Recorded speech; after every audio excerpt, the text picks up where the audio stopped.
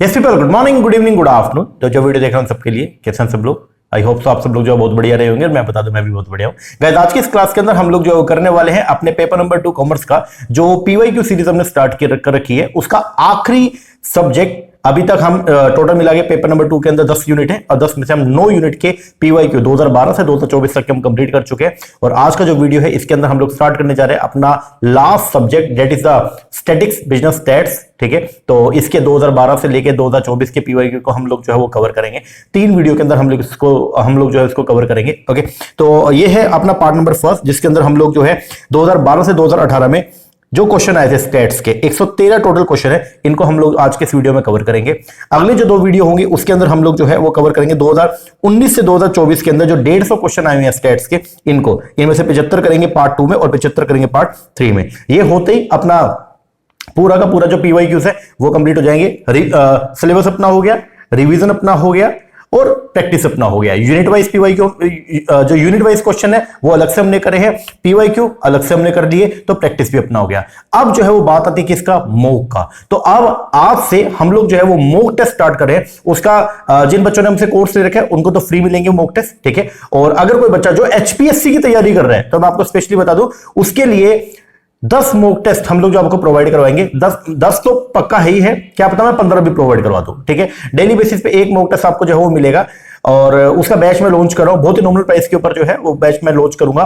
तो जो बच्चे एचपीएससी का पेपर देने वाले हैं, ठीक है, उनके लिए वो रामबाण है बिल्कुल ही। ठीक है ना, अगर आप वो लगा लेंगे तो आपको काफी ज्यादा हेल्प मिलेगा एग्जाम के अंदर। ठीक है ना जी। तो अभी लेकिन फिलहाल जो है वो पहले स्टैट को निपटाते हैं। ओके, देन उसके बाद में फिर मॉक टेस्ट जो है वो आज शाम से हम लोग जो स्टार्ट कर देंगे। ठीक है, तो आज 6 तारीख है, 6 से लेके 20 तक भी अगर हम बात करें, पेपर अपना एचपीएससी का 22 तारीख को है, तो 6 से लेके 20 तक भी बात करें तो हमारे पास 15 दिन है। डेली का एक मॉक टेस्ट भी करें तो मतलब 15 मॉक टेस्ट हो गए 100 क्वेश्चन के, तो मोटा मोटी कितने हो गए 1500 क्वेश्चन। अगर मान लो अलग से ये सब तो कर ही लिया, 1500 क्वेश्चन अलग से और प्रैक्टिस कर जाते हैं, बहुत बढ़िया काम हो जाएगा। ठीक है ना, डेली का एक करेंगे, आपको 1 घंटा लगेगा एक मॉक टेस्ट को कंप्लीट करने में। ठीक है, ऐप के ऊपर आपको मिलेगा, सॉल्यूशन भी आपको प्रोवाइड करवाऊंगा, उसका वीडियो भी मिल जाएगा आपको। ठीक है ना, तो तरीका यही रहेगा जनरली कि पहले मैं जो उसका अनसोल्ड जो पीडीएफ है वो मैं ऐप के ऊपर डाल दूंगा, आप उसको देखो, उसको सोल्व करो। ठीक है, फिर शाम को उसका सॉल्यूशन का वीडियो जो है वो मैं डाल दूंगा साथ के साथ में। ठीक है, तो बाकी उसका डिटेल वीडियो जो है वो मैं आज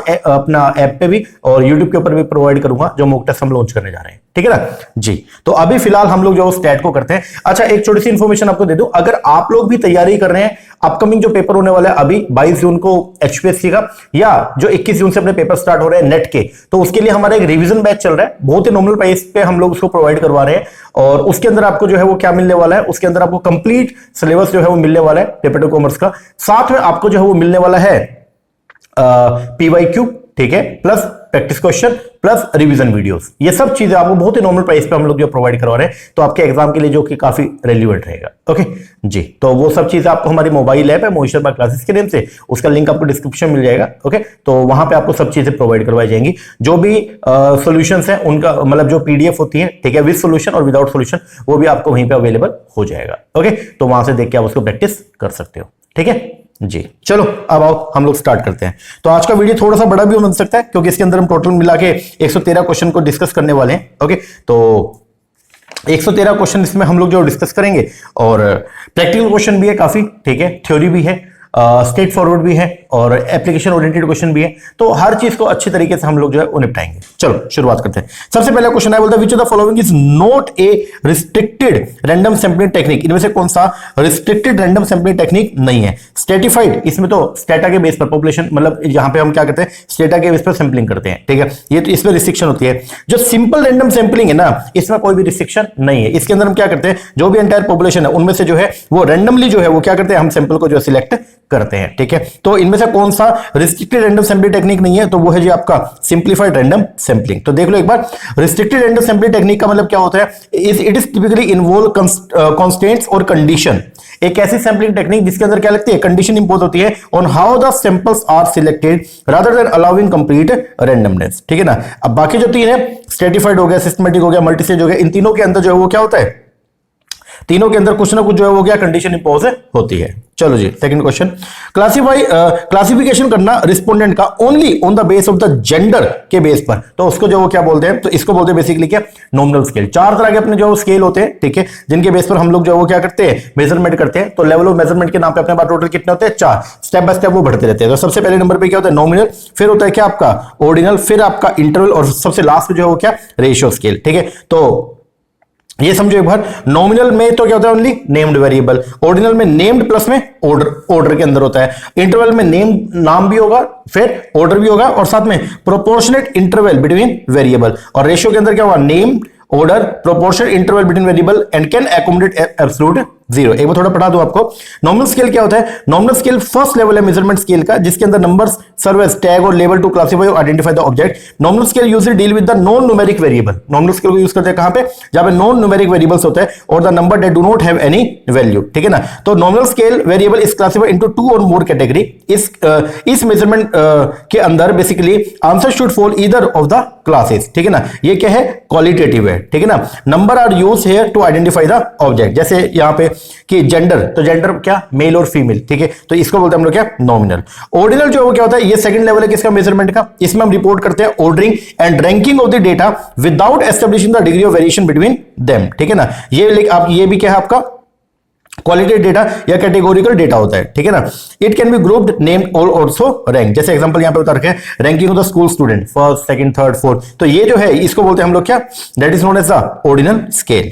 तीसरा जो स्केल है वो है आपका इंटरवल स्केल। इंटरवल स्केल जो है वो थर्ड लेवल है किसका, मेजरमेंट स्केल का। इसको डिफाइन करते हैं एज ए क्वांटिटेटिव मेजरमेंट। ये क्या है, क्वांटिटेटिव है। ठीक है, ये क्वांटिटेटिव मेजरमेंट स्केल है जिसके अंदर डिफरेंस जो होगा between the two variable is meaningful. In other words, variable are measured in an exact manner, not as in relative way in which the presence of zero is arbitrary. ठीक है, जैसे क्या होता है, जैसे लिकट स्केल हो गया या बाइपोलर मैट्रिक्स टेबल हो गया, तो ये सब जो है ये इनको बोलते हैं हम लोग क्या, इंटरवल स्केल। ठीक है, और लास्ट जो है वो कौन सा होता है, रेशियो। ये फोर्थ लेवल है किसका, मेजरमेंट स्केल का। ये भी क्या है, क्वांटिटेटिव है। पहले दो क्वालिटेटिव, ये और लास्ट के दो क्वांटिटेटिव है। It is type of variable measurement scale, it allow researcher to compare the difference और इंटरवल। जैसे एग्जांपल यहां पे जो है ये बता रखा है, जैसे रेशियो स्केल का एग्जांपल, आपका वेट जो है केजी के अंदर, तो लेस देन 55, 55 से 75, 76 से 85, 86 से 95, तो इसको बोलते हैं बेसिकली हम लोग क्या, रेशियो स्केल। ठीक है, तो चार तरह के आपके जो वो स्केल होते हैं। ठीक है, लेवल ऑफ मेजरमेंट के अंदर चार होते हैं। सबसे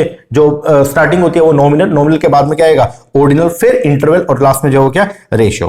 तो क्वेश्चन क्या था, क्लासिफाई करना रिस्पोंडेंट को only on the base of gender के बेस पर, मेल और फीमेल के बेस पर, तो इसको बोलते हैं बेसिकली हम लोग क्या, नॉमिनल स्केल। चलो जी थर्ड क्वेश्चन, कार्ल पियर्सन का जो कोफिशिएंट ऑफ कोरिलेशन है बिटवीन टू वेरिएबल, तो वो क्या होता है, it is the square root of the product of the regression coefficient. Statistical software package जो होता है ना फॉर रिसर्च के लिए इन सोशल साइंस, उसके अंदर क्या क्या आता है, तो इसके अंदर एसपीएसएस आता है, यस, स्टेटा आता है, यस, मिनिटाइप भी आता है, यस, आंसर क्या, D, all of the above. All three software package जो है ना are widely use in the statistical analysis, particularly in the social science research. जैसे एसपीएसएस है तो इसको बोलते हैं क्या, statistical package for the social science. ये कॉमनली यूज करते हैं इसको किसके लिए, डेटा एनालिसिस के लिए, इंक्लूडिंग रिग्रेशन, हाइपोथेसिस टेस्टिंग के लिए and the survey analysis. Strata जो है एक अनदर पावरफुल सॉफ्टवेयर है जिसको यूज करते हैं किसके लिए, for handling large data set and performing the econometric and the statistical analysis. Minitab एक फ्रीक्वेंटली यूज करते हैं किसके में, क्वालिटी कंट्रोल के लिए and applied statistics, but it can support various social science application. तो ये तीनों की तीनों जो आपके सॉफ्टवेयर है ये इनको हम यूज करते हैं किसके लिए, सोशल साइंस में भी। ठीक है जी, आगे एफ टेस्ट को यूज किया जाता है to test the significance of the difference among. तो किसके, एफ टेस्ट जो है इसको हम यूज करते हैं किसके लिए, इसको यूज करते हैं अगर आपने कोई डिफरेंस देखना है किसमें, more than two sample mean में, या अगर आपको डिफरेंस देखना है variance of the two sample में, तो वहां पे हम लोग जो है एफ टेस्ट को यूज करते हैं। तो आंसर जो बनेगा वो क्या बनेगा, डी। तो F test is use to test the significance of the difference between और among more than two sample mean या variance of the two sample. आगे sample design involve, sample design के अंदर जो है वो क्या क्या आता है, तो सैंपल डिजाइन जब हम करते हैं, सैंपल डिजाइन का जो प्रोसेस है उसके अंदर हम जो है कैसे कैसे करते हैं। तो देखो सैंपल डिजाइन अगर करना है तो सबसे पहले हम क्या करेंगे, हम देखेंगे जो टाइप ऑफ यूनिवर्स। ठीक है, टाइप ऑफ यूनिवर्स के बाद अब हम क्या करेंगे, एक सैंपलिंग यूनिट को लेंगे, फिर उसके बाद में हम लोग जो क्या करेंगे उसके ऊपर सैंपलिंग प्रोसीजर लगाएंगे, फिर सैंपलिंग प्रोसीजर लगाने के बाद में अगला काम क्या रहेगा, फिर साइज ऑफ सैंपल, और फिर उसके बाद में जो है वो फिर अपना लास्ट काम जो रहेगा, एक मिनट को सबसे पहले नंबर पे तो क्या हो गया, टाइप ऑफ यूनिवर्स देखना, उसके बाद में फिर क्या, सैंपलिंग यूनिट उसमें से लेंगे, फिर उसके बाद में क्या करेंगे, सोर्स लिस्ट, और फिर उसके बाद में जो है वो क्या, साइज ऑफ सैंपल बी, और लास्ट में क्या, सैंपलिंग प्रोसीजर लगा देंगे उसके ऊपर ई। तो आंसर जो बनेगा वो क्या बनेगा, सी। ठीक है, ये देख लेना एक बार। तो सबसे टाइप ऑफ यूनिवर्स, इसमें डिफाइन करेंगे किसको, पॉपुलेशन को, जिसको अपने स्टडी करना है। फिर उसमें से क्या करेंगे, सैंपलिंग यूनिट लेंगे, इसमें डिटरमाइन करेंगे what constituents an individual sample such as person, household या ऑर्गेनाइजेशन। फिर सैंपलिंग प्रोसीजर लगाएंगे, फिर साइज ऑफ सैंपल, और लास्ट में क्या, फाइनलाइज करेंगे सैंपलिंग फ्रेमवर्क को। आगे, which of the following is not a measure of dispersion, इनमें से कौन सा डिस्पर्जन का मेजर नहीं है। तो डिस्पर्जन बेसिकली रेंज के माध्यम से हम जो है वो डिस्पर्जन निकालते हैं कि आपके जो मीन वैल्यू है तो वो सैंपल यूनिट से कितना जो है वो अलग है, ठीक है, या मीन डेविएशन, स्टैंडर्ड डेविएशन, इनके माध्यम से हम लोग जो है वो क्या करते हैं, डिस्पर्जन निकालते हैं। बट क्वार्टाइल जो है ये आपका मेजर ऑफ डिस्पर्जन नहीं है, ठीक है ना। तो मेजर ऑफ डिस्पर्जन क्वांटिफाई करते हैं स्प्रेड और variability in the data set, ठीक है। की मेजर ऑफ द डिस्पर्जन के अंदर क्या था, रेंज, ये बताएगा, हाईएस्ट एंड लोवेस्ट वैल्यू में जो डिफरेंस है वो बताएगा, मीन डेविएशन की average absolute deviation from the mean, standard deviation की जो डेटा दे रखा है वो स्टैंडर्ड से कितना दूर है, ठीक है। लेकिन जो क्वार्टाइल है ये डिवाइड करता है डेटा सेट को into 4 equal part and primary describe करता है position of the data rather than the spread. तो वाइल क्वार्टाइल रेंज जो होता है ना, लेकिन जो क्वार्टाइल रेंज होता है वो मेजर करता है किसका, डिस्पर्जन का। तो आंसर जो बनेगा यहाँ पे क्या, क्वार्टाइल, ठीक है ना। तो which among the following is not a measure dispersion, वो क्या है, क्वार्टाइल। आगे बोला अगर bxy का मतलब क्या, regression coefficient x on y, xy का मतलब क्या है, x की वैल्यू ऑन y, और byx y की वैल्यू ऑन x वो दे रखी है। तो कोरिलेशन कोफिशिएंट जो है वो निकालो। कोरिलेशन कोफिशिएंट का फॉर्मूला क्या होता है, r जो है वो ज्योमेट्रिक मीन होता है किसका, टू रिग्रेशन कोफिशिएंट का। तो हमने यहाँ पे जो किया, तो यहाँ ये कितना है 0.25 और ये कितना 0.64, इसको मल्टीप्लाई करेंगे तो आंसर जो बनेगा वो क्या आएगा आपका, अंडररूट करेंगे तो 0.4, क्या आएगा 0.4। चलिए जी आगे नेक्स्ट क्वेश्चन। स्ट्रज रूल जो होता है ना, इसको यूज करते हैं फाइंड आउट करने के लिए क्या, तो स्ट्रज रूल को हम जो है वो लगाते हैं फाइंड आउट करने के लिए number of classes in A continuous distribution, ये ध्यान रखना। तो स्ट्रज रूल एक फॉर्मूला है जिसको हम यूज करते हैं डिटरमाइन करने के लिए the optimal number of classes in A frequency distribution, ठीक है। इसका फॉर्मूला ये रहता है। तो स्ट्रज रूल के अंदर जो है हम क्या फ्रीक्वेंसी डिस्ट्रीब्यूशन निकालना है, तो उसको कैसे डिनोट करेंगे, के से। के का मतलब है number of classes is equal to 1 plus 3.32 log. आगे, which the following software has application in both mathematics and stats, इनमें से कौन सा ऐसा सॉफ्टवेयर है जिसको हम मैथ्स में और स्टैट्स में दोनों जगह यूज कर सकते हैं, तो वो है आर एक सॉफ्टवेयर जिसको हम जो है दोनों जगह पे यूज कर सकते हैं। आर एक पावरफुल प्रोग्रामिंग लैंग्वेज है and environmental use for both mathematical computation and statistical analysis. ये ऑफर करता है wide range of statistic function, numerical analysis tool and visualisation capability, making it widely use in the research, data science and academy. तो ये ध्यान रखना। और जबकि अगर बात करें एसपीएसएस, तो इसको प्राइमरी यूज करते हैं किसके लिए, statistical analysis and does not support the mathematical computation. और जो एसएस है ये स्ट्रॉन्ग टूल है किसके लिए, स्टैटिस्टिकल डेटा एनालिसिस के लिए, लेकिन इसको भी हम लोग जो मैथ्स में ज्यादा यूज नहीं करते। आगे, consider the following statistical test, इनमें से बताना है कौन सा इनमें पैरामीट्रिक टेस्ट है। तो पैरामीट्रिक टेस्ट की अगर हम बात करते हैं वो कौन कौन सा है, तो एफ टेस्ट पैरामीट्रिक है, टी टेस्ट पैरामीट्रिक है, जेड टेस्ट जो लास्ट सैंपल टेस्ट है पैरामीट्रिक, काय स्क्वायर ये आपका नॉन पैरामीट्रिक टेस्ट है। तो आंसर जो बनेगा वो क्या बनेगा 1 2 3 बोल तो सी। आगे, डिफरेंस जो होता है between the sampling states and the corresponding population parameter, तो सैंपल के स्टेट्स में और पॉपुलेशन के पैरामीटर के अंदर डिफरेंस होता है उसको बोलते हैं हम लोग सैंपलिंग एरर, ठीक है। हमने ये आपकी पॉपुलेशन थी, इसमें से एक सैंपल सिलेक्ट किया, अब पॉपुलेशन का मीन निकाल लिया, पॉपुलेशन का स्टैंडर्ड डेविएशन निकाल लिया, ठीक है, और पॉपुलेशन का मान लो हमने वेरिएंस निकाल लिया, ठीक है। अगर इसमें और जो सैंपल का मीन, सैंपल का स्टैंडर्ड डेविएशन और सैंपल के वेरिएंस में अगर इन दोनों के अंदर जो वो क्या आ गया, डिफरेंस आ गया, तो ये डिफरेंस जो है इसको बोलते हैं हम लोग क्या, सैंपलिंग एरर। चलिए आगे मैचिंग करना है। लेवल ऑफ सिग्निफिकेंस की अगर बात करते हैं तो लेवल ऑफ सिग्निफिकेंस बेसिकली क्या होता है, टाइप 1 एरर, ठीक है। स्टैंडर्ड डेविएशन और सैंपलिंग डिस्ट्रीब्यूशन अगर इसकी बात करें तो ये होता है आपका स्टैंडर्ड एरर। न्यूमेरिकल वैल्यू जो डिस्क्राइब करते हैं कैरेक्टरिस्टिक ऑफ द पॉपुलेशन, इसको बोलते हैं बेसिकली हम लोग क्या, पैरामीटर, ठीक है। और नॉर्मली डिस्ट्रीब्यूटेड पॉपुलेशन जो होती है वो क्या होती है, जिसका sample mean is equal to the population mean. तो 13 का जो आंसर बनेगा वो क्या, बी। आगे, candle coefficient of concordance is use, candle coefficient of concordance को हम लोग जो यूज करते हैं क्या करने के लिए, टेस्ट करने के लिए रिलेशनशिप बिटवीन वेरिएबल की, वेरिएबल के बीच में जो रिलेशनशिप है उसको अगर टेस्ट करना है तो उसको करते हैं with the help of the candle coefficient of concordance के माध्यम से। लर्न कर लेना इसको। कैंडल कोफिशिएंट ऑफ कंकोर्डेंस जो है इसको डिनोट करते हैं डब्ल्यू से।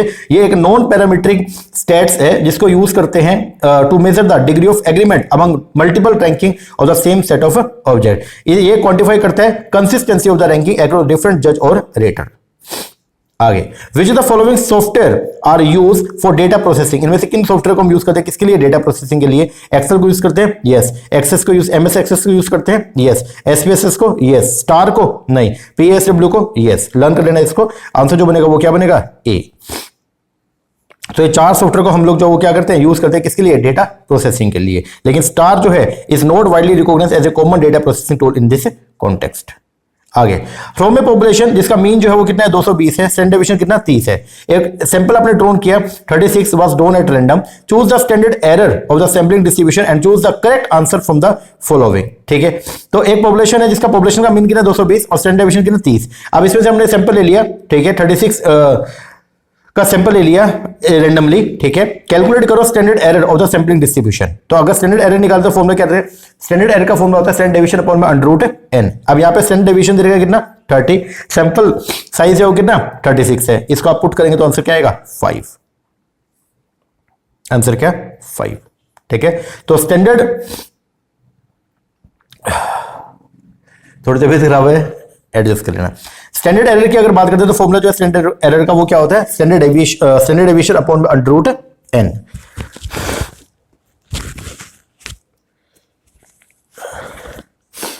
गंगा जमुना सरस्वती तीनों ही बह रही है आज तो। चलो आगे बढ़ते हैं। From the following ANOVA table, आपको एक एनोवा टेबल दे रखी है और कैलकुलेट करें F value and select the correct code from the option given below. Analysis ANOVA table का सोर्स ऑफ वेरिएशन आपको जो है बता रखा है, तो सोर्स ऑफ वेरिएशन बता रखा है, सम ऑफ स्केयर बता रखा है और डिग्री ऑफ फ्रीडम बता रखा है बिटवीन कॉलम, ठीक है। तो कॉलम के बीच में रो, बिटवीन कॉलम के बीच में क्या है 100 और 3 और बिटवीन रोज के बीच में क्या है 24 और 16। तो इसके बेस पर अपने को जो वो क्या करना है, अपने को यहाँ पे एफ वैल्यू निकालनी है। तो देखो एफ वैल्यू का मतलब, एफ वैल्यू का जो फॉर्मूला होता है वो क्या होता है, mean square between group upon में mean square between within group, ठीक है। तो हम कैसे करेंगे, जो मीन स्क्वायर है बिटवीन ग्रुप में तो कैसे होगा 100 अपॉन में 3 और अपॉन में mean square with in group जो है वो कैसे निकालेंगे बिटवीन रोज में, तो वो होगा आपका 24 अपॉन में 16। इसको क्रॉस मल्टीप्लाई करेंगे तो कैसे होगा 100 अपॉन में 3 इंटू में ये ऊपर चला जाएगा 16 बटे में 24। इसको सोल्व करेंगे आएगा 33.33, ठीक है ना। और इसको हमने सोल्व किया तो ये आ गया 1.5। अब इसको अगर यहाँ पे पुट करेंगे तो आंसर आएगा 22.22। तो आपका जो वैल्यू आएगा, एफ वैल्यू आएगा वो क्या आएगा 22.22। बोले तो फॉर्मूला देख लेना एक बार इसका।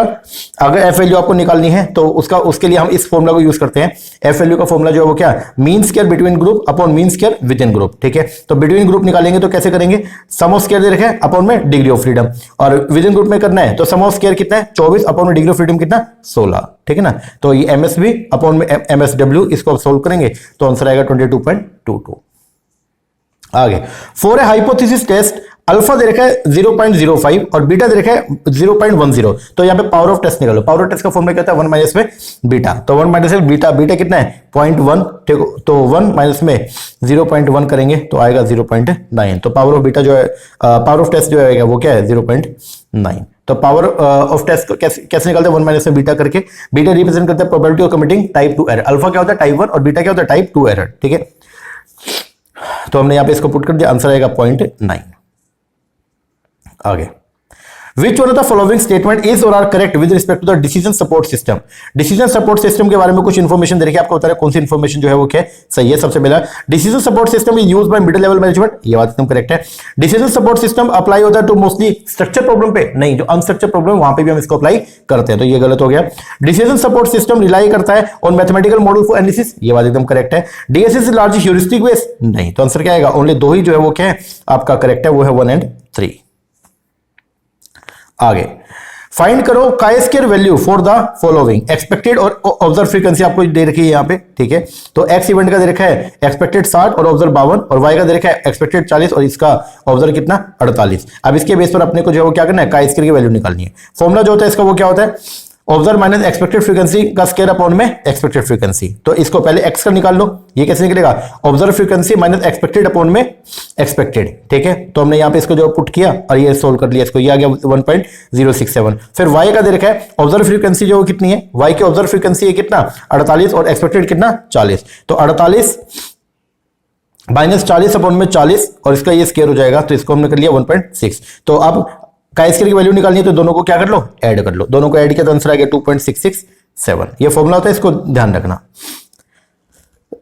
तो आंसर आएगा फर्स्ट। चलिए आगे, एक टाइम सीरीज जो है वो सेट ऑफ डेटा कलेक्टेड होता है एट, तो टाइम सीरीज है वो set of data collected at the regular interval. तो रेगुलर इंटरवल पे जो हम डेटा कलेक्ट करते हैं उसको बोलते हैं जनरली हम लोग क्या, टाइम सीरीज। आगे, given the following data calculate the regression coefficient of X on Y, ठीक है।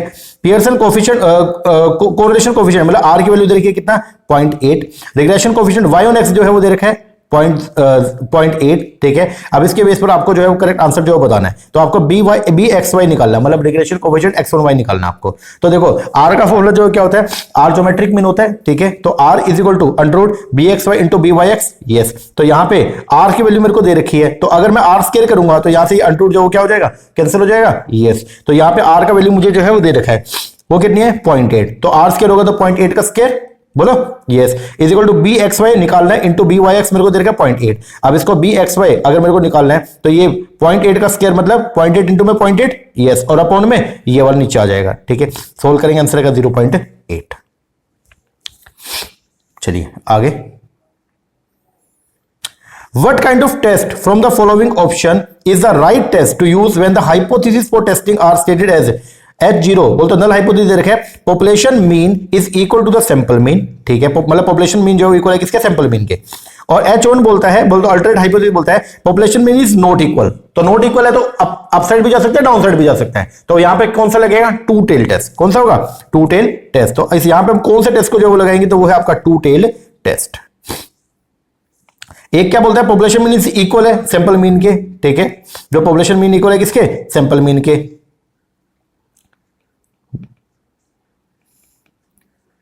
और यहां नीचे बोलता है कि पॉपुलेशन मीन जो है वो इक्वल नहीं है सैंपल मीन के। तो इसका मतलब अगर इक्वल नहीं है तो ज्यादा भी हो सकता है और कम भी हो सकता है। तो अगर आपका जो डिसीजन है वो दोनों तरफ जा सकता है तो वहां पे हम लोग जो लगाते हैं किसको, टू टेल टेस्ट को। तो ध्यान रखना इसको, टू टेल टेस्ट को हम यूज करते हैं when the hypothesis involve testing for any significant difference either higher or lower between the population mean and the sample mean, ठीक है। आगे, step in the data processing are given below, choose the correct sequence of step in data processing from the following option, ठीक है जी। तो data processing करना सबसे पहले number पे क्या करेंगे, डेटा को कैप्चर करेंगे, यस। डेटा कैप्चर करने के बाद फिर उसका वैलिडेशन करेंगे, यस। वैलिडेशन के बाद डेटा को स्टोर करेंगे, यस। स्टोरेज के बाद डेटा को मैनिपुलेट करेंगे और लास्ट में रिपोर्ट जनरेट करेंगे। तो आंसर जो बनेगा वो क्या बनेगा, 4। द लॉ ऑफ स्टैटिक जो ये बोलता है कि moderately large number of item अगर उसको चूज करते हैं random from a large group process the characteristic of the large group, तो इसको बोलते हैं बेसिकली क्या, लॉ ऑफ स्टैटिस्टिकल रेगुलरिटी। एक distribution where the value of the arithmetic mean is maximum as compare to the median and mode, उस distribution को बोलते हैं हम लोग क्या, पॉजिटिव स्क्यूड डिस्ट्रीब्यूशन। तो पॉजिटिव स्क्यूड डिस्ट्रीब्यूशन के अंदर जो है वो क्या होता है, mean is greater then median is greater then mode, ठीक है। आगे, मोस्ट एप्रोप्रिएट एवरेज होती है ना जिसको हम यूज करते हैं कंप्यूट करने के लिए average rate of growth in population, उसको बोलते हैं हम लोग क्या, ज्योमेट्रिक मीन। ये बात ध्यान कर जाना, जो मोस्ट एप्रोप्रिएट जो एवरेज है ना, मतलब सेंट्रल टेंडेंसी की वो वैल्यू जिसको सबसे ज्यादा यूज किया है कंप्यूट करने के लिए एवरेज रेट ऑफ ग्रोथ को इन द पॉपुलेशन, उसको बोलते हैं हम लोग क्या, ज्योमेट्रिक मीन। आगे, the life expectancy of people in Kerala जो है is greater then the Tamil Nadu, तो ये स्टेटमेंट जो है एग्जांपल है किसका, तो ये एग्जांपल है किसका, डिस्क्रिप्टिव हाइपोथेसिस का, ठीक है। डिस्क्रिप्टिव हाइपोथेसिस सिंपली स्टेट्स करता है एन ऑब्जर्व्ड फिनोमिना और relationship without explaining the causes. इस केस में the statement mentioned that life expectancy जो है केरला में वो हाईयर है तमिलनाडु में, but it does not indicate the reason behind the differences. आगे, अगर ए काइस्के test is to be perform on a contingency table with 3 row और 4 कॉलम, तो how many degree of freedom should be use. तो कैसे निकालते हैं, r-1 into degree of freedom का जो फॉर्मूला होता है r-1 इंटू c-1, तो r जो है वो कितना है 4-1 इंटू 3-1, तो ये आएगा 3 2 बोले तो 6, ठीक है। Degree of freedom for the कायस्की टेस्ट जो है ऑन द कंटीजेंसी टेबल, उसको कैसे निकालते हैं, नंबर ऑफ रो -1 और नंबर ऑफ कॉलम -1, ठीक है। तो सॉरी,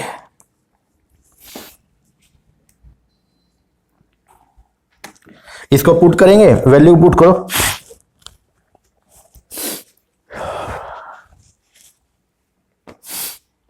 तो आंसर जो आएगा वो क्या आएगा 6। आगे बोलता है अगर रिग्रेशन कोफिशिएंट जो है of X on Y is greater than 1, ठीक है। अगर रिग्रेशन कोफिशिएंट जो है वो बी एक्स वाई जो है वो ग्रेटर देन क्या है 1 है, ठीक है। और regression coefficient Y on X तो मस्ट बी लेस देन 1, तो वो 1 से कम होना चाहिए, क्योंकि दोनों का जो जोड़ है ना, मतलब B x Y into B Y x, ये 1 आएगा, ठीक है ना। तो वो क्या होगा, लेस देन 1 होगा। तो ये स्टेटमेंट जो है वो एकदम क्या है, करेक्ट है। फिर बोलता है ज्योमेट्रिक मीन जो होता है ना between two regression coefficient is the coefficient of correlation, ये बात भी एकदम क्या करेक्ट है। कोफिशिएंट ऑफ कोरिलेशन जो है वो क्या है, दो रिग्रेशन कोफिशिएंट का ज्योमेट्रिक मीन है। तो दोनों स्टेटमेंट आपकी करेक्ट है। आगे बोलता है if the sum of square of definition within sample is 140 और 12 डिग्री ऑफ फ्रीडम है, ठीक है, and the sum of square of definition between sample जो है वो कितना है 190 और 2 डिग्री ऑफ फ्रीडम है। तो यहाँ पे टेस्ट स्टैटिस्टिक्स जो निकालो, तो फॉर्मूला जो क्या रहेगा आपका, mean square between group upon mean square with in group. तो मीन स्क्वायर बिटवीन ग्रुप निकालेंगे तो कैसे होगा, 140 भाग में 12, और ये कैसे निकालेंगे 190 भाग में 2, ठीक है। तो इसका सोल्यूशन आप निकालेंगे तो आंसर जो बनेगा वो क्या 8.14, ठीक है। ऊपर जो सोल्व किया उसी तरीके से आंसर क्या आएगा सी। आगे regression equation of the profit दे रखी है एक्स ऑन वाई, ठीक है, वो देखिए 3y - 5x plus 110 is equal to 0। अगर सेल जो है यहाँ पे वो कितनी है 44,000, तो सेल जो है मतलब y जो है इसकी वैल्यू दे रखी है अगर कितना 44,000, तो यहाँ पे प्रॉफिट निकालो, x की वैल्यू निकालो, कर लेंगे 3y - 5x plus 110 is equal to 0, और y जो है यहाँ पे कितना है 44,000, तो y को यहाँ पे क्या कर लो, इस इक्वेशन के अंदर यहाँ पे इसको क्या पुट कर लेंगे, ठीक है। इसको सोल्व करेंगे तो x का वैल्यू आएगा कितना 26,422।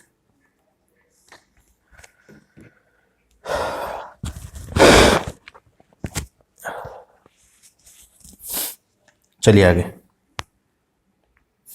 क्रिकेटर ए ने स्कोर किया on an average 40 run with standard deviation कितना 5।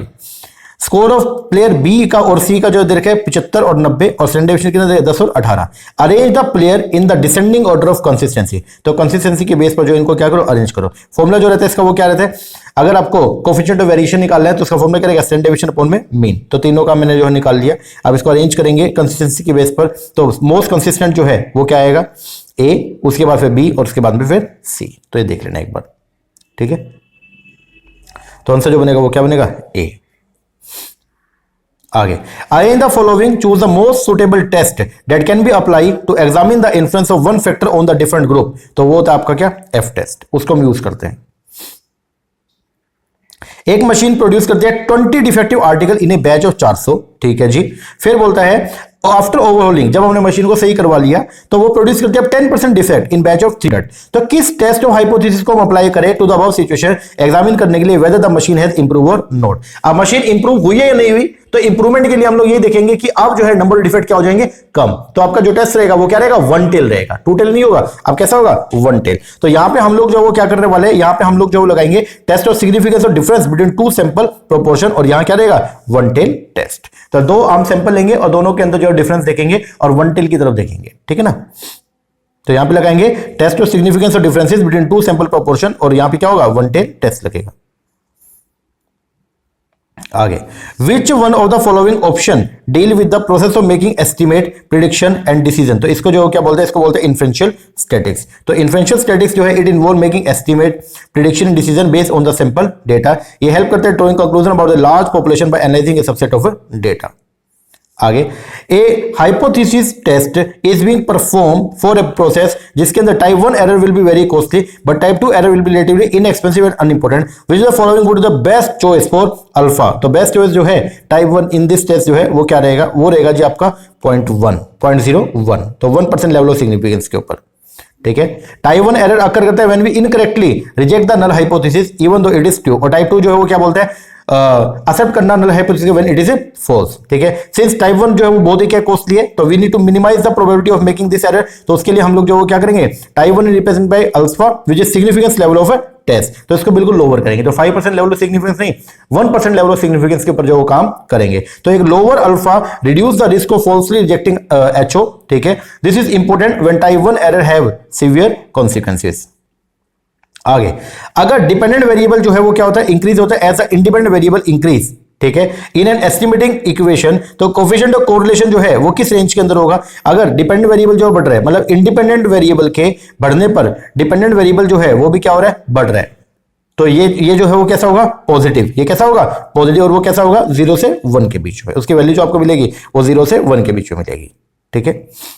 कोफिशिएंट ऑफ कोरिलेशन मेजर करता है strength and direction of the relationship between two variable. अगर डिपेंडेंट वेरिएबल इंक्रीज होता है as a independent variable increase, तो ये सजेस्ट करता है क्या, पॉजिटिव कोरिलेशन को। तो range of the correlation coefficient is between -1 से +1। पॉजिटिव कोरिलेशन जो है वो क्या होता है, उसकी जिसकी आर की वैल्यू जो है वो 0 से ज्यादा है और 1 तक होती है मैक्सिमम, ठीक है ना।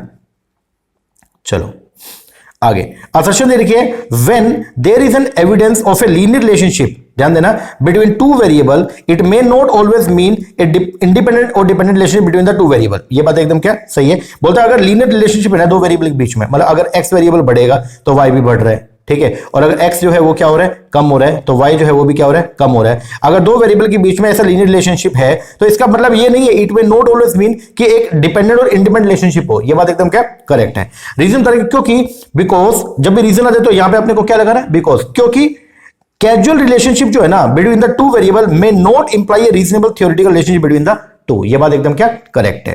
तो दो वेरिएबल एक्स और वाई जिनके बीच में जो है वो क्या एक लीनियर रिलेशनशिप है, तो इसका मतलब ये नहीं है कि ये दोनों एक दूसरे पे डिपेंड करते हो, मतलब ये इंडिपेंडेंट या डिपेंडेंट हो, ठीक है ना। आपको इकोनॉमी में देखने को मिलेगा कि शूज के जो है प्राइस वो क्या हुए बढ़े और वीट की डिमांड जो है वो क्या हो रही है, कम हो रही है। तो इसका मतलब ये नहीं है कि दोनों के अंदर रिलेशन है, नॉन लीनियर रिलेशनशिप है, नहीं, ऐसा नहीं है, ठीक है ना। तो ये हो सकता है कि कहीं ना कहीं आपको एक पैरिटी देखने को मिल रही है, लेकिन रिलेशनशिप एक्चुअल में एग्जिस्ट करता है, ऐसा जरूरी नहीं है, ठीक है। और रीजन तरह क्योंकि बिकॉज द कैजुअल रिलेशनशिप जो होता है ना between the two variable may not imply A reasonable theoretical relationship between the to. तो दोनों की दोनों स्टेटमेंट सही है और रीजनिंग करेक्टली असर्शन एक्सप्लेन भी कर रहा है। तो आंसर जो बनेगा वो क्या बनेगा, A. User interface is most critical task है इन डीएसएस डिजाइन में। तो बोलता है जो यूजर इंटरफेस है ना वो मोस्ट क्रिटिकल टास्क है किसमें, डीएसएस डिजाइन में। तो ये बात जो है वो एकदम क्या है, करेक्ट है। बोलता है DSS decision support system use by outside customer frequently, नहीं, ये बात जो है वो क्या गलत है। तो असर्शन तो आपका करेक्ट है बट रीजनिंग आपकी रॉन्ग है।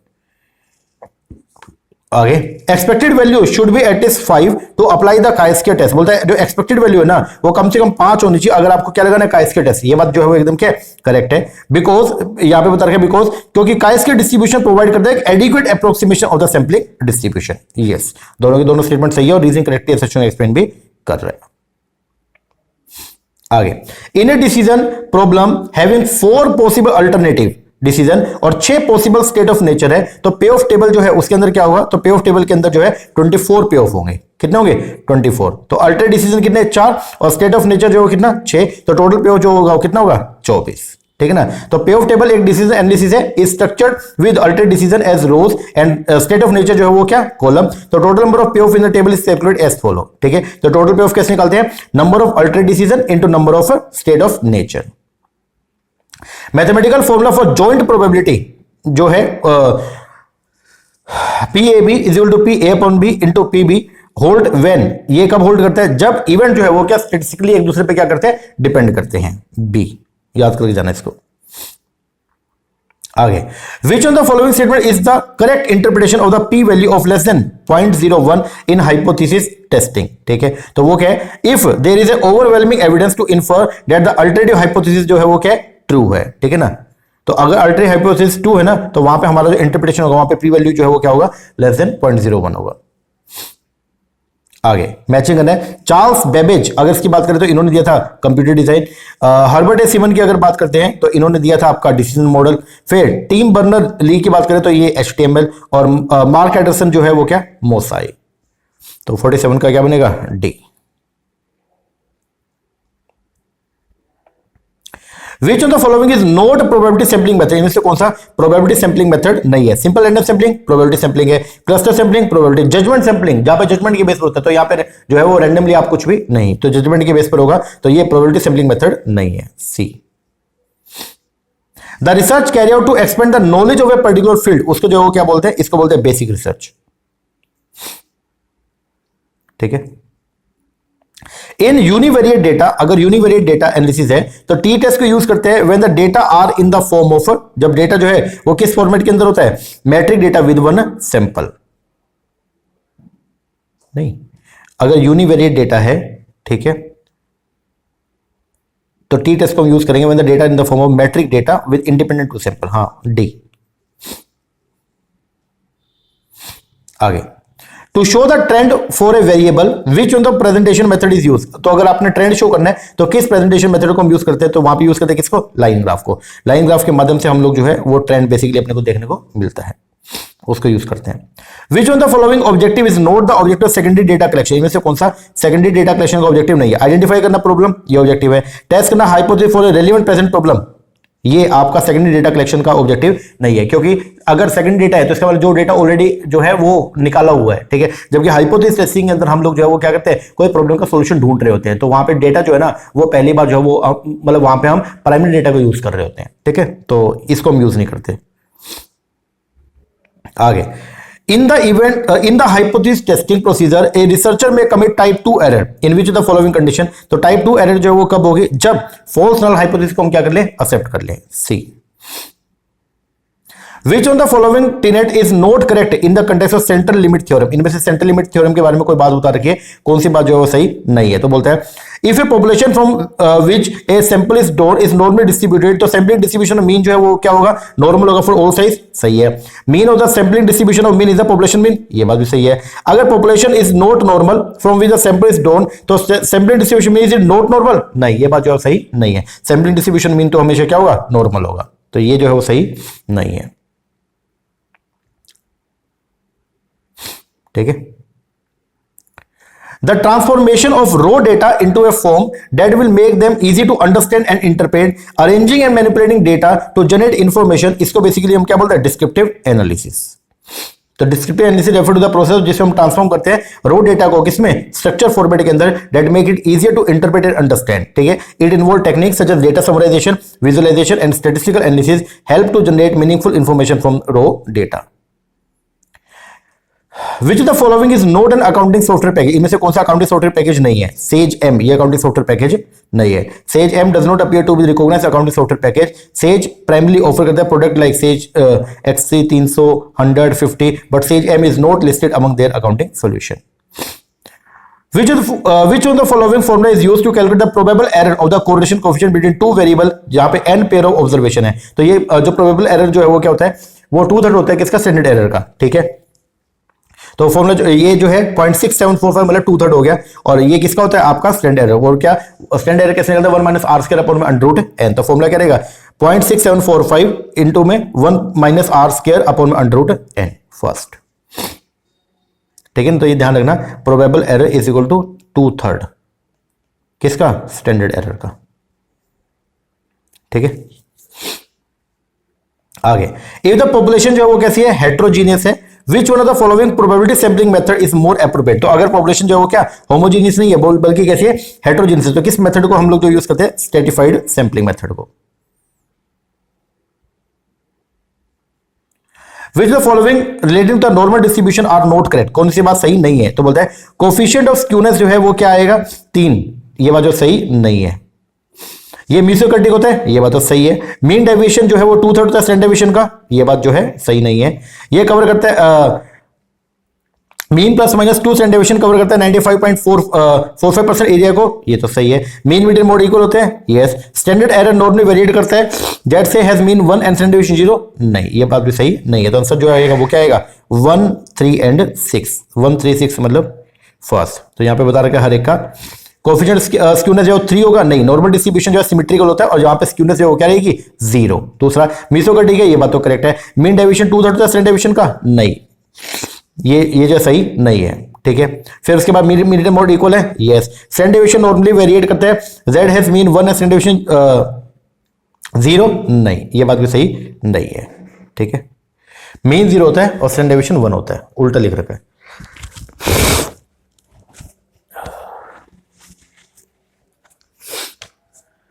चलिए आगे, which one the following statement is false, इनमें से कौन सी स्टेटमेंट जो है वो क्या फॉल्स है। बोलता है both correlation regression coefficient have the same sign, ये बात तो एकदम क्या सही है, ये करेक्ट है। Arithmetic mean of regression coefficient is always more than the correlation coefficient, ये भी सही है। Regression coefficient are independent of both the origin and scale, नहीं ये बात जो है वो सही नहीं है। Correlation coefficient is the square root of the two regression coefficient, ये सही है, ठीक है। जो रिग्रेशन कोएफिशिएंट है ना वो इंडिपेंडेंट होते हैं both the origin and scale से, नहीं ओनली ओरिजिन होते हैं नॉट स्केल, ये बात ध्यान रखना, ठीक है ना। कोएफिशिएंट जो कोएफिशिएंट ऑफ कोरिलेशन है वो इंडिपेंडेंट होता है दोनों से, ठीक है ना, ओरिजिन से भी और स्केल से भी, ठीक है। आगे all the property of order interval zero origin are simultaneously possessed by, तो ये जो है पोजेस होती है किसमें, रेशियो के अंदर, किसके अंदर आपका रेशियो के अंदर, ध्यान रखना। आगे under which the following situation कायस्कीय टेस्ट को हम अप्लाई करते हैं, तो कायस्कीय टेस्ट को हम लोग जो है वो क्या करते हैं अप्लाई करते हैं, किसके लिए, टेस्ट करने के लिए homogeneity, yes. Testing the goodness of fit, yes. Testing equality of two sample mean, नहीं। Testing equality of two sample proportion, नहीं। Testing independence attribute, yes. तो आंसर जो बनेगा वो क्या बनेगा, ए बी ई, बोले तो second. Which one of the following is not the correct statement regarding sampling distribution of mean? इनमें से कौन सी बात जो सही नहीं है, किसके रिस्पेक्ट में, सैम्पलिंग डिस्ट्रीब्यूशन ऑफ मीन के रिस्पेक्ट में। तो बोलता है sampling distribution mean is normally distribute for the large sample test, ये बात सही है।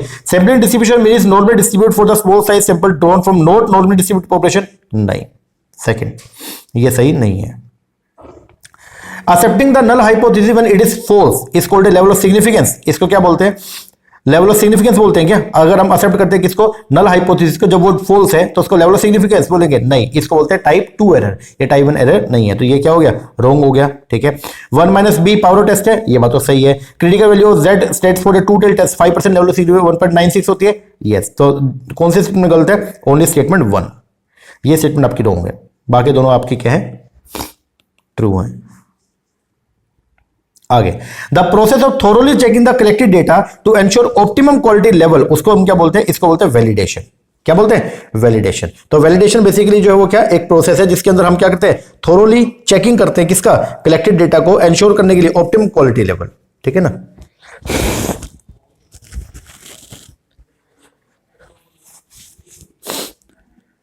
ओहो मजा ही आ गया, चलो आगे। Which one of the following is not a method of studying association of attribute? इनमें से कौन सा मेथड नहीं है एट्रीब्यूट स्टडी करने का, प्रोपोर्शन मेथड है, यूले मेथड है, कोएफिशिएंट कंटीन्यूटी है, एक कंकरेंट डेविएशन मेथड, ये इसका मेथड नहीं है। आगे आइडेंटिफाई करें विच of the following step would be include in the hypothesis testing, ठीक है। तो हाइपोथेसिस टेस्टिंग में हम किस स्टेप को फॉलो जो है वो यूज करते हैं, स्टेट करना नल एंड अल्टरनेट हाइपोथेसिस को इसको यूज करते हैं, यस। सेट करना significance level before the research study 1% या 5%, इसको हम करते हैं, ये बिल्कुल करते हैं। एलिमिनेट करना ऑल आउटलायर्स को, नहीं, इसको हम यूज नहीं करते। ऑब्टेन करते हैं probability value using a computer program such as SPSS, yes, probability value करते हैं, तभी तो कंपैरिजन होगा। कंपेयर करते हैं प्रोबेबिलिटी वैल्यू का to a significance level and make the statistical decision, yes. तो आंसर जो बनेगा वो क्या, A B D E, A B D E बनेगा आपका third, A B D E. आगे state the method of find out the correlation from the following, ठीक है। कोरिलेशन निकालने का जो मेथड है वो कौन कौन से, Karl Pearson, yes. Spearman rank method, yes. Yule method, नहीं। कोएफिशिएंट ऑफ कंटीन्यूटी, नहीं। Concurrent deviation, yes. तो आंसर जो आएगा ए बी ई, थर्ड। आगे a set of data can be distinguish from other set of data by means of एक set of data जो है वो दूसरे सेट ऑफ डेटा से अलग हो सकता है, किसके माध्यम से, centre value, dispersion, skewness, kurtosis, इनके लिए, इन तरीके से। The advent of computer in the research has led to, जब से कंप्यूटर का हमने यूज करना शुरू किया किसमें, रिसर्च में, तो उसकी वजह से जो है वो क्या हुआ है, तो उसकी वजह से बेसिकली जो है लिमिटेशन ऑफ ऑप्शन एनालिसिस, नहीं। ट्रिमेंडस अमाउंट ऑफ फ्लेक्सिबिलिटी आ गई with margin increase in cost, yes. बोलते हैं when the null hypothesis get rejected in statistical hypothesis testing, तो it is known as type 2 error, नहीं, ये बात जो है वो क्या गलत है। अगर नल हाइपोथेसिस 2 और आपने उसको रिजेक्ट किया टाइप 1 होता है ये। When sample is small size and parametric value of the standard deviation is not known, तो जेड टेस्ट को वहां भी यूज करेंगे, नहीं, जेड टेस्ट जो है स्मॉल सैंपल नहीं, लार्ज सैंपल टेस्ट के लिए यूज होता है, ये भी गलत है। दोनों की दोनों स्टेटमेंट आपकी इनकरेक्ट है। The following are the estimate regression coefficient दे रखा है, एक्स ऑन वाई, ठीक है, ये बता रखा है। With the information the value of coefficient of correlation आपको निकालना है, ठीक है। तो देखो आर स्क्वायर का फॉर्मूला क्या था है, B x Y into B Y x, ठीक है। बी एक्स वाई दे रखा है आपको और b y b x y भी दे रखा है और बी वाई एक्स भी दे रखा है आपको, ठीक है। तो यहाँ पे इसको हम पुट करेंगे तो आंसर जो बनेगा वो क्या बनेगा 0.87, वही पुराना जो क्वेश्चन हमने किया है उसका बस फॉर्मूला के अंदर पुट करना है वैल्यूज को। आगे power of statistical hypothesis testing, इसको हम डिनोट करते हैं किससे, इसको डिनोट किया जाता है basically 1 minus b beta. Matching करना आपको z square minus standard deviation का स्क्वायर इनटू पी, ये जो फॉर्मूला है इसको हम यूज करते हैं किसके लिए, statistical approach to find out the size of sample, ठीक है। Sample mean 1 minus sample mean 2 upon में स्टैंडर्ड डेविएशन पी का square upon 1 upon n1 plus 1 upon n2, इसको बेसिकली जो है यूज करते हैं किसके लिए, इसको यूज करते हैं कैलकुलेट करने के लिए Z value of the mean difference, ठीक है।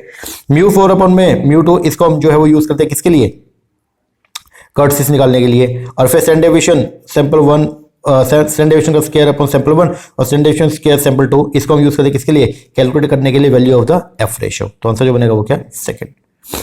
4 ए रीजनेबली लार्ज साइज सैंपल जिसको ड्रॉ किया randomly from A given population contain almost all the characteristic of the population, ये बात एकदम जो है वो क्या करेक्ट है। फिर बोलता है as per the sampling theory the assertion is based only on the law of inertia of large number, ये बात जो है ये क्या आपका सही नहीं है, ठीक है ना। तो असर्शन तो करेक्ट है but reasoning are as per the sampling theory is not fully correct, तो आंसर क्या बनेगा सेकंड। आगे when the data are classified only on the basis of the descriptive characteristic which cannot be quantified, इसको quantify नहीं कर सकते तो इसको हम क्या बोलते हैं, तो इसको बोले जाता है qualitative classification. Which on the following is a false description, इनमें से कौन सा जो है वो falsely डिस्क्राइब किया गया, बोलता है इन ए moderately asymmetrical distribution empirical relationship जो होता है मीन मीडियन मोड में सजेस्ट किया था कार्ल पियर्सन के द्वारा, mean minus mode is equal to 3 mean minus median, ये बात सही है। बोलता है coefficient of variation is absolute measure dispersion का, नहीं ये बात जो है वो सही नहीं है, ये एब्सोल्यूट नहीं, ये क्या है रिलेटिव तरीका है, ठीक है ना, क्योंकि जो सीवी की वैल्यू आती है वो एब्सोल्यूट फिगर नहीं आती है, रिलेटिव वैल्यूज होती है। आगे मैजिक करना है कोफिशिएंट ऑफ डिटर्मिनेशन, इसकी अगर बात करते हैं तो इसका फॉर्मूला क्या होता है आर स्क्वायर कोरिलेशन का square, Spearman rank correlation method 1 minus 6 sigma d square upon n into n square minus 1, regression coefficient of y x on y, तो इसको हम निकालते हैं कैसे, ये correlation x Y into standard deviation x upon standard deviation y, और Karl Pearson formula जो है कैलकुलेट करने का कोरिलेशन वो क्या होता है sigma x y upon n into standard deviation x into standard deviation y, तो आंसर जो बनेगा वो क्या बनेगा थर्ड।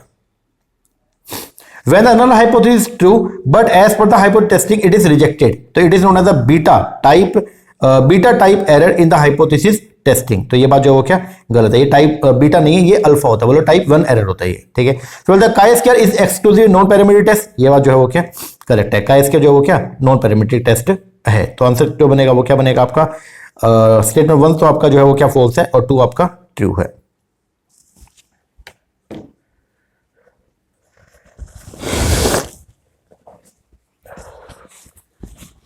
वैसे एक बात और बताऊं मैं, chi square जो है वैसे तो chi square नॉन पैरामीट्रिक है, मतलब पॉपुलेशन पैरामीटर यूज नहीं करते, लेकिन एक जगह पे होता है, एक जगह पे पॉपुलेशन पैरामीटर यूज कर सकते, तो इस क्वेश्चन में वो अड़ा सकता है, हो सकता है कि वो दोनों स्टेटमेंट को फॉल्स, पहली तो देखो गलती है, लेकिन सेकंड में क्या बोलता है chi square test is exclusively a non parametric, लेकिन एक जगह पे मतलब वहां पे हम पॉपुलेशन पैरामीटर को यूज करते हैं, ठीक है ना, तो हो सकता है दोनों भी गलत हो, लेकिन मेरे हिसाब से इसका आंसर जो ये बनना चाहिए कि स्टेटमेंट 1 तो आपका फॉल्स है लेकिन 2 आपका ट्रू है, ठीक है, क्योंकि chi square को जब भी पढ़ते हैं तो जब बाइफरकेशन देखते हैं ना तो हमेशा नॉन पैरामीट्रिक के अंदर आपको देखने को मिलेगा।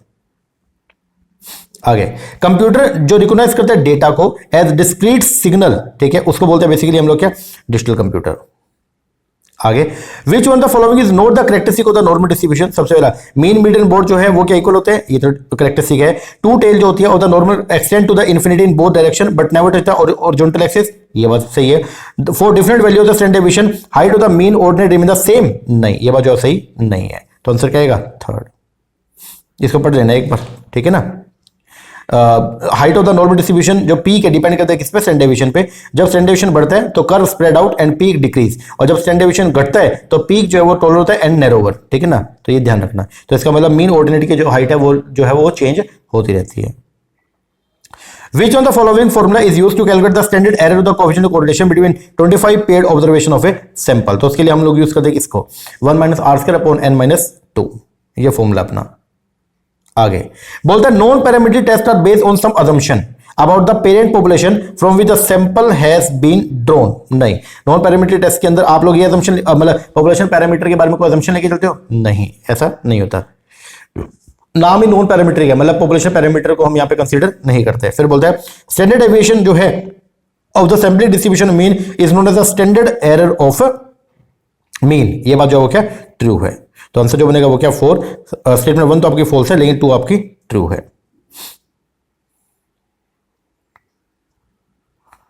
आगे मैचिंग करना है contingency coefficient for any size of contingency table.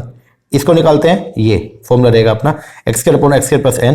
Statistical approach to decide size of sample, इसको हम लोग कंप्यूट करते हैं किससे? ये फॉर्मूला हो गया।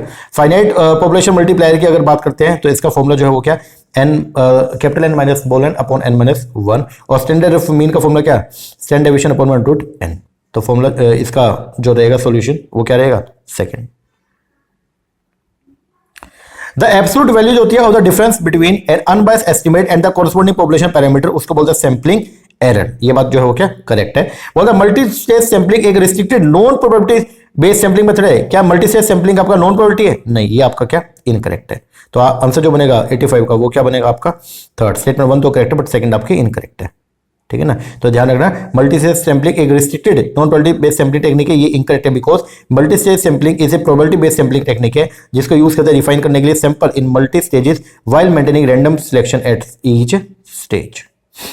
आगे मैचिंग करना है ability of the test to reject the null hypothesis when it is false. इसको हम क्या बोलते हैं? इसको बोलते हैं आपका पावर ऑफ टेस्ट, ठीक है। फिर probability of accepting a null false null hypothesis, probability कि हम एक्सेप्ट कर लेंगे फॉल्स नल हाइपोथेसिस को, तो ये बेसिकली क्या होता है? Type 2 error. Probability of rejecting a true null due to sampling error, तो इसको बोलते हैं बेसिकली लेवल ऑफ सिग्निफिकेंस। और प्रोबेबिलिटी कि हम रिजेक्ट करेंगे ट्रू नल हाइपोथेसिस को, वो है टाइप 1 एरर। तो आंसर जो बनेगा 86 का वो क्या बनेगा 4। 2 3 1 4।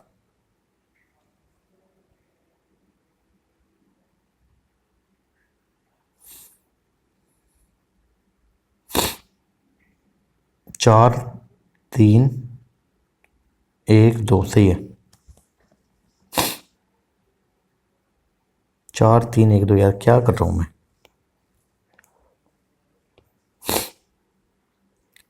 आगे which of the following is a false statement, जैसे कौन सी जो है वो क्या है फॉल्स स्टेटमेंट है। सबसे पहला साइन जो होता है रिग्रेशन कोफिशिएंट की ऑलवेज द सेम, ये बात तो सही है। Correlation coefficient is the geometric mean होता है टू रिग्रेशन कोफिशिएंट का, ये भी सही है। कोवेरिएंस जो होता है between two variable divided by the product of the standard deviation produce the value of the coefficient correlation, ये भी सही है। Coefficient of correlation is independent of origin but not of scale, गलत। कोफिशिएंट ऑफ कोरिलेशन जो है वो independent होता है चॉइस ऑफ ओरिजिन से भी और चॉइस ऑफ स्केल से भी।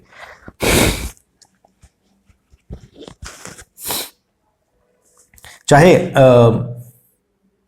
मतलब कोरिलेशन की वैल्यू जो सेम आएगा अगर आप जो प्लस माइनस करो चाहे मल्टीप्लाई और डिवाइड करो, ठीक है।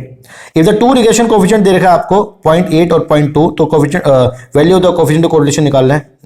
तो आर का फॉर्मूला जो क्या होता है अंडररूट bx1 to byx कर लिया, इसको ओपन करेंगे ये आएगा 0.16, तो इसका स्क्वायर रूट ऑफ करेंगे तो आंसर आएगा 0.4।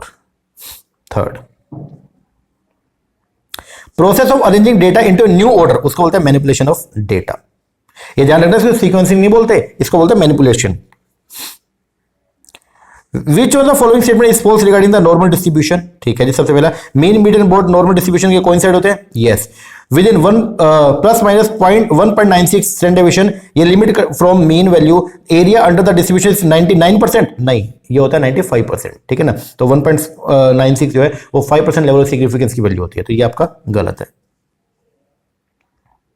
इफ अनएक्सपेक्टेड वेरिएशन जो होता है ना बिटवीन एक्स एंड वाई, वो है कितना 36% है, तो what is the coefficient of correlation between the variable, ये आपको जो बताना है, ठीक है। तो फॉर्मूला जो क्या होता है एक्सपेंड वेरिएंस, तो अगर अनएक्सपेक्टेड वेरिएशन जो है वो कितना 36% है, ठीक है, तो एक्सपेंड वेरिएंस कितना हो जाएगा 0.64, बोल दो 64%, ठीक है। Now taking the square root to find the coefficient of correlation, answer जो आएगा वो क्या आएगा 0.8, बस फॉर्मूला के अंदर पुट करना था।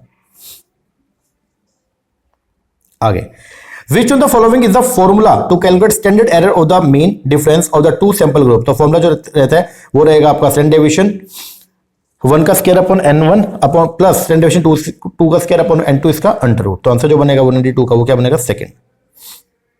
आगे एक रिसर्चर चाहता है टेस्ट करना significance of the difference between the average performance of the two small size sample when the information of the population standard deviation is not available which one of the following hypothesis testing is suitable use. तो यहां पे हम use करते हैं किसको, t test को, small size के लिए t test. The scale of measurement which has no order, distance and unique origin is known as which one of the following। तो इसको बोलते हैं basically nominal scale. The formula to determine the number of classes given by Sturge rule in is which one of the following। तो इसका formula जो क्या होता है, इसका फॉर्मूला होता है जी आपका 1 + 3.22 log n। Which one of the following is not the characteristic of normal distribution। ये बेल शेप होता है जी, बिल्कुल होता है। मीन मीडियन मोड जो इक्वल होते हैं जी, होते हैं। टोटल एरिया जो होता है अंडर द नॉर्मल कर्व पर 1 होता है, यस। टू टेल जो होती है डिस्ट्रीब्यूशन की in both the direction touch the horizontal axis, नहीं, इसको इनफाइनाइटली खींच के लेके जा सकते हैं, लेकिन कभी भी जो है वो एक्सिस को टच नहीं करेगा। 4 ये गलत है। Reasonably sized sample जो ड्रॉ किया randomly from a large size population, it contain almost all the characteristics that exist in the population. ये बात एकदम जो है वो क्या करेक्ट है। फिर बोलता है रीजन बता रहा है बिकॉज थ्योरी ऑफ सैंपलिंग जो बेस्ड है ऑन टू इंपोर्टेंट लॉ पे, एक है लॉ ऑफ स्टैटिस्टिकल रेगुलरिटी और एक है आपका law of inertia of a large number. ये बात भी करेक्ट है, दोनों स्टेटमेंट तो सही है, लेकिन ये इसको पूरी तरह से एक्सप्लेन नहीं कर रहा क्योंकि सिर्फ ये दो लॉ की वजह से ऐसा नहीं होता, इसके अलावा और भी कुछ फैक्टर जिनको हम कंसीडर करके चलते हैं, ठीक है ना। तो यहां पे लिखा हुआ है देखो the theory of sampling is based on the two important law, ठीक है। तो ये स्टेटमेंट करेक्ट है, but it does not fully explain the assertion while these law justify why large sample tend to represent the population other factor like the sampling technique, randomness, representative also play a role. अगर alternate hypothesis जो है वो आपका दे रखा है कि not equal, ठीक है। अगर अल्टरनेट हाइपोथेसिस आपको जो है वो दे रखा है आपका कि mu is not equal to mu 0, तो a researcher require two tail test in the hypothesis testing. तो ये बात जो है वो एकदम क्या है करेक्ट है, क्योंकि अगर नॉट इक्वल है तो इसका मतलब कहीं भी जा सकता है, दोनों तरफ, ठीक है। फिर मीन जो होता है sample distribution of mean is not equal to the parametric value of mean, गलत। जो सैंपल डिस्ट्रीब्यूशन का मीन होता है वो इक्वल होता है किसके, पैरामीट्रिक वैल्यू ऑफ मीन के। तो ये आपका क्या गलत हो गया। तो 98 का आंसर क्या बनेगा, third. Which of the following statement is true, select the correct code. सबसे पहला बोलता है द कोफिशिएंट, ध्यान देना, the coefficient of rank correlation has the same limit as the Karl Pearson coefficient of correlation. ये बात एकदम करेक्ट है। Coefficient of correlation is independent of the change of origin से बट नॉट ऑफ स्केल, गलत। Coefficient of correlation independent of the change of origin से भी और scale से भी। आगे कोवेरिएंस होता है between x and y is defined as sigma x y upon n, जबकि एक्स जो है वो है एक्स माइनस एक्स बार और y y minus y bar and n is the number of pair observation. ये बात एकदम क्या है करेक्ट है, ये बात आपका सही है। B x Y is called regression coefficient Y X की value variable on Y variable, ये बात भी एकदम सही है। बी एक्स वाई 0.4 है, बी वाई एक्स 1.6 है, कोफिशिएंट डिटरमिनेशन 0.8 होगा, नहीं। अब कोफिशिएंट डिटरमिनेशन का फॉर्मूला जो क्या होता है आर स्क्वायर, इसको हमने यहां पे पुट किया तो पहले आर की वैल्यू निकाल लिया, ठीक है। तो आर की वैल्यू किससे निकलती है, under B x into B Y x, ये हमने कर लिया। अब कोफिशिएंट डिटरमिनेशन का फॉर्मूला क्या है आर स्क्वायर, तो अगर मैं यहां आर को स्क्वायर करूंगा तो मेरा ये अंडर क्या हो जाएगा, कैंसिल हो जाएगा, यस। तो आंसर जो आएगा ये 0.6 और ये बोल रहा है 0.8, जो कि गलत है। तो ये आपका रॉन्ग हो गया। तो आंसर जो बनेगा वो क्या बनेगा, ए सी डी सेकंड। अरे भाई साहब इतने मजे नहीं लेने थे, ओहो। चलो आगे बढ़ो जल्दी से। The application of the Chi-square test as a parametric test will be in which one of the following situation। एक सिचुएशन है वो कहां, जब आपको टेस्ट करना था क्या पॉपुलेशन वेरिएंस को on the basis of small size sample variance. ये देखो यहां पे मैंने आपको बोला था ना कि क्वेश्चन था कि Chi-square टेस्ट इज नॉन, मतलब एक्सक्लूसिवली नॉन पैरामीट्रिक, तो वो एनटीए ने उसको सही किया था कि एक्सक्लूड नॉन पैरामीट्रिक, लेकिन एक जगह पे जो है यहां पे हम यूज करते हैं इसको, ये पैरामीटर टेस्ट, मतलब एक जगह पे उसको जहां पे पॉपुलेशन पैरामीटर को यूज करते हैं वो ये सिचुएशन है, ठीक है ना। तो देख लेना एक बार आगे। In which one the following situation is the application of the T test is most appropriate. तो टी टेस्ट का एप्लीकेशन सबसे ज्यादा एप्रोप्रिएट कहां होगा, जब आप टेस्ट करते हो significance of the coefficient of correlation between paired observation of small size sample. सही है first. Which of the following is not a logical data structure? Chain, stack है, लिस्ट है, ट्री है, ये इसको पढ़ देना एक बार। तो लॉजिकल डेटा स्ट्रक्चर एक तरीका है जिसमें ऑर्गेनाइज करते हैं डेटा को conceptually rather then in physical storage, ठीक है ना। ये देख लेना एक बार आगे। एक graph of the cumulative frequency distribution, उसको बोलते हैं क्या, ओगिव। क्या बोलते हैं, ओगिव। In the case of classification of data, the class having its upper limit is treated as the lower limit of its next class, उसको बोलते हैं बेसिकली हम लोग क्या, exclusive class.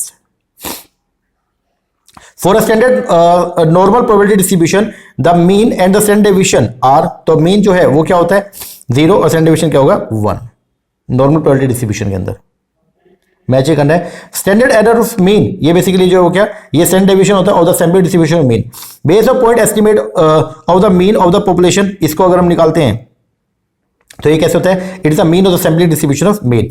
Non specific hypothesis जो है वो क्या होता है आपका, नॉन स्पेसिफिक, तो ये होगा आपका नॉन स्पेसिफिक। और parameter value of the descriptive status, ये क्या, ये वैल्यू होते हैं based on all the observation of the population, जो पॉपुलेशन के पैरामीटर होते हैं ना उसको बोलते हैं।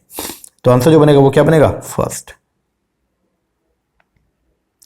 There is a very high inverse relationship between measure of the overweight and the life expectancy। बोलते हैं इनवर्स, मतलब अगर ओवरवेट जो है वो क्या होगा, बढ़ेगा, तो लाइफ एक्सपेक्टेंसी जो क्या होगी, गिरेगी।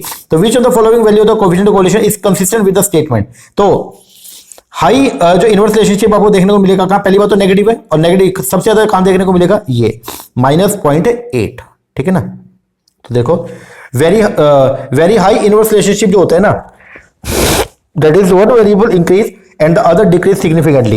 In correlation term, an inverse relationship is represented by a negative correlation coefficient close to -1, ठीक है। तो 0.8 क्या है, strong positive correlation, 0.2 weak positive correlation, -0.2 weak negative, और -0.8 क्या है, strong negative correlation। आगे मैच करना है कायस्के टेस्ट, इसको हम यूज करते हैं क्या करने के लिए, टेस्ट करने के लिए, good testing the goodness of fit. ANOVA test को हम यूज करते हैं किसके लिए, testing the frequency difference of the mean value among more than 2 group. Z test जो है वो क्या, इसको यूज करते हैं testing the significance of the differences of the mean value between 2 large size sample, ठीक है। तो जेड टेस्ट आपका लार्ज सैंपल के ऊपर लगता है। और टी टेस्ट जो है testing the significance of the difference of the mean value between 2 small size sample when population standard deviation is not available. तो आंसर जो बनेगा वो क्या, 4।